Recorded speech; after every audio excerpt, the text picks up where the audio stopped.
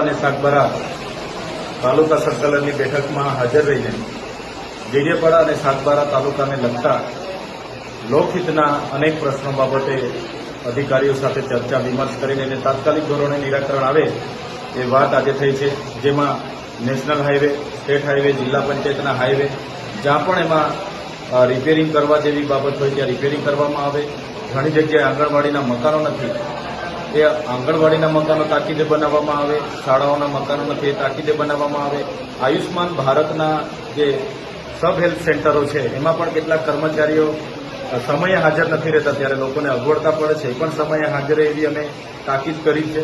સાથે સાથે જે વન અધિકાર અધિનિયમ અંતર્ગત જેમને સનતો મળી છે, કેટલાકના દાવા પેન્ડિંગ છે, એમની પણ એક ચકાસણી કરીને સર્વે કરીને એનું નિરાકરણ લાવવામાં આવે.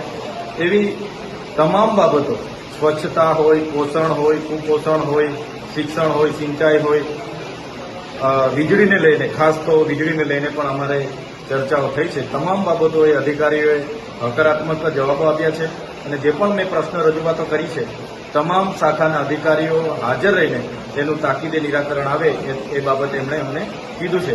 અને બીજું કે આંગણવાડી વર્કરોને બીએલઓમાં ઓર્ડરો મળ્યા છે તો એ બીએલઓની કામગીરી અટકાવવામાં આવે. આંગણવાડી બાળકોને બીએલઓની કામગીરી આપવામાં આવશે તો નાના બાળકોને સાચવશે કોણ? એક પ્રકારે શિક્ષકોની ઘટ છે, છતાં શિક્ષકોને બીએલઓની કામગીરી કરાવવામાં આવે છે. એ બાબતે પણ મેં એમને ધ્યાન દોર્યું છે. સાથે સાથે મોવીથી ડેડિયાપાડા આવતા રોડમાં જે વચ્ચે પુલ તૂટ્યો છે એમાં સરકાર અને અધિકારીઓની બેદરકારી છતી થાય છે, એ પણ તાકીદે ચાલુ કરવામાં આવે. તમામ બાબતોને લઈને અમારી આજની સંકલનમાં ચર્ચા થઈ છે.